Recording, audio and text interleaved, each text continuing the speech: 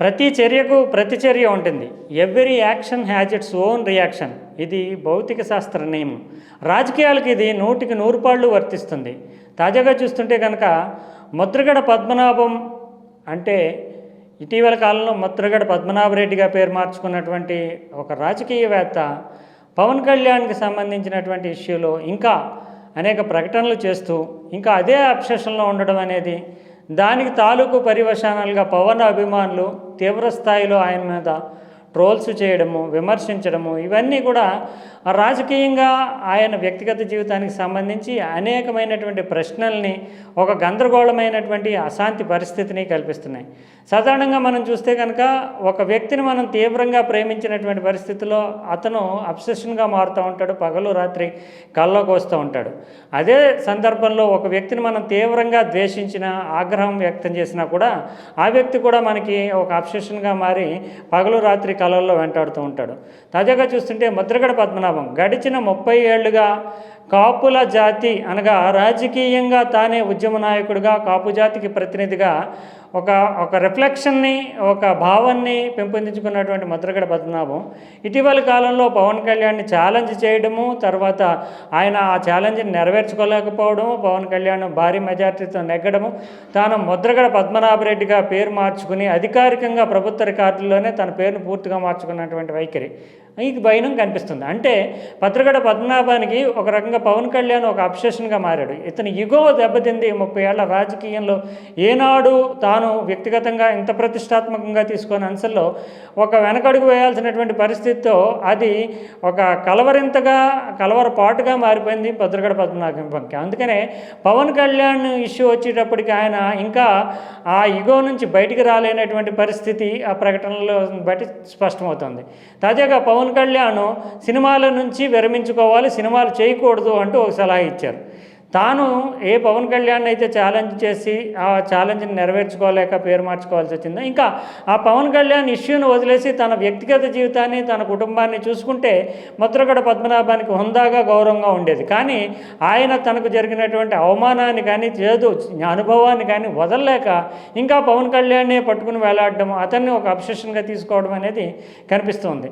మనం చూస్తే 78లోనే ఎమ్మెల్యేగా మారినటువంటి ఈ ముద్రగడ పద్మనాభం చాలా సీనియర్ నాయకుడు. 80స్లోనే ఎన్టీ రామారావు మంత్రివర్గంలో మంత్రి కావడము, తర్వాత కాపుల రిజర్వేషన్ అనేటటువంటి ఒక ఉద్వేగభరితమైనటువంటి ఎమోషనల్ ఇష్యూని తీసుకుంటూ రాజకీయంగా ఒక స్థిరమైనటువంటి ఆ కాపు ఉద్యమ నాయకుడిగా ఒక ప్రతిష్టను సంపాదించుకోవడం అనేది జరిగింది. ఆ తర్వాత కాలంలో కూడా ఈ ఉద్యమము ఎమోషనల్గా కాపు రిజర్వేషన్ అనగానే ముద్రగడ పద్మనాభం గుర్తుకొచ్చేలా చేసుకోగలిగాడు. 30 ఏళ్లుగా కూడా ఆ నినాదానికి ఉన్నటువంటి బలము, ఆ జాతిలో ఉండేటటువంటి గుర్తింపు దృష్ట్యా ఈయన ప్రతిష్ట అనేది పెరుగుతూ వచ్చిందే తప్ప తగ్గలేదు. కానీ ఇటీవలి కాలం యువతరం ఆశలు, ఆకాంక్షలు వేరే రకంగా ఆలోచనలు ఉండడం, తర్వాత ఇది సాధ్యమా కాదా అనే అంశంపైన పరస్పర భిన్నమైనటువంటి అభిప్రాయాలు ఉండడం, రకరకాల కారణాల వల్ల ముద్రగడ ఇమేజ్ కొద్దిగా తగ్గుతూ వచ్చింది. అంతేకాకుండా రాజకీయ ప్రతినిధిని తానే ఆ జాతికి అన్నటువంటి భావన కూడా పోతూ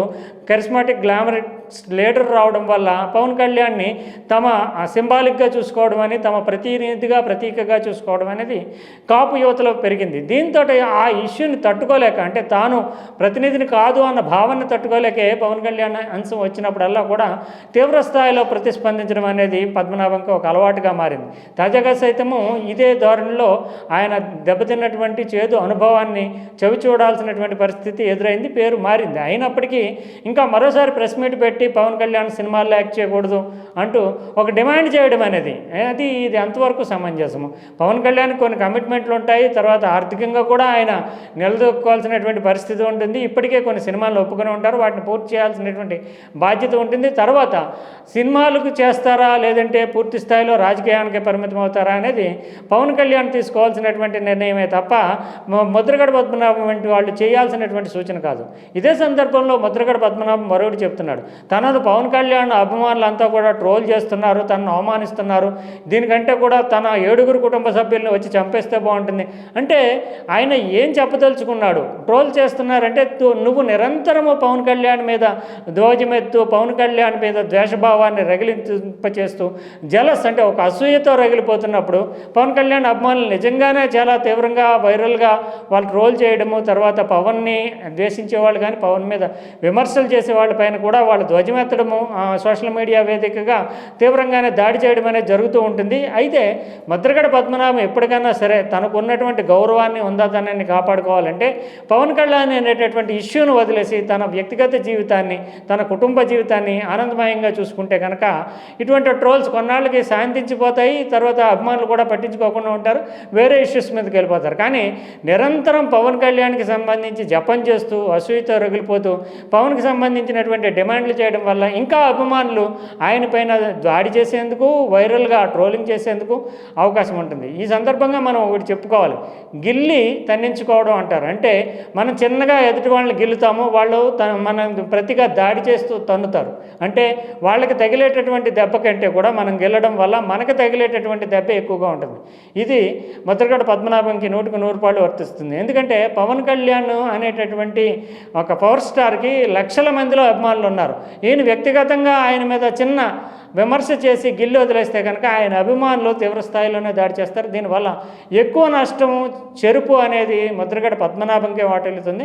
అందువలనైనా సరే వయసు రీత్యా కానీ తాను గతంలో 30 ఏళ్ల పాటు ఉద్యమాన్ని ముందుకు తీసుకెళ్ళినటువంటి అంశంలో కానీ ముద్రగడ పద్మనాభం ఒక ప్రాప్త కాలజ్ఞత, అంటే అవసరానికి సందర్భానికి తగిన విధంగా సంయమనాన్ని పాటించడం ద్వారా పవన్ అభిమానుల దాడికి గురి కాకుండా తనను తాను సేఫెస్ట్గా ఉంచుకోవడానికి సాధ్యమవుతుంది. అందువల్ల ఈ పవన్ అనేటటువంటి అబ్సెషన్ని ఇప్పటికైనా ముద్రగడ పద్మనాభం వదిలేయడమే మంచిది.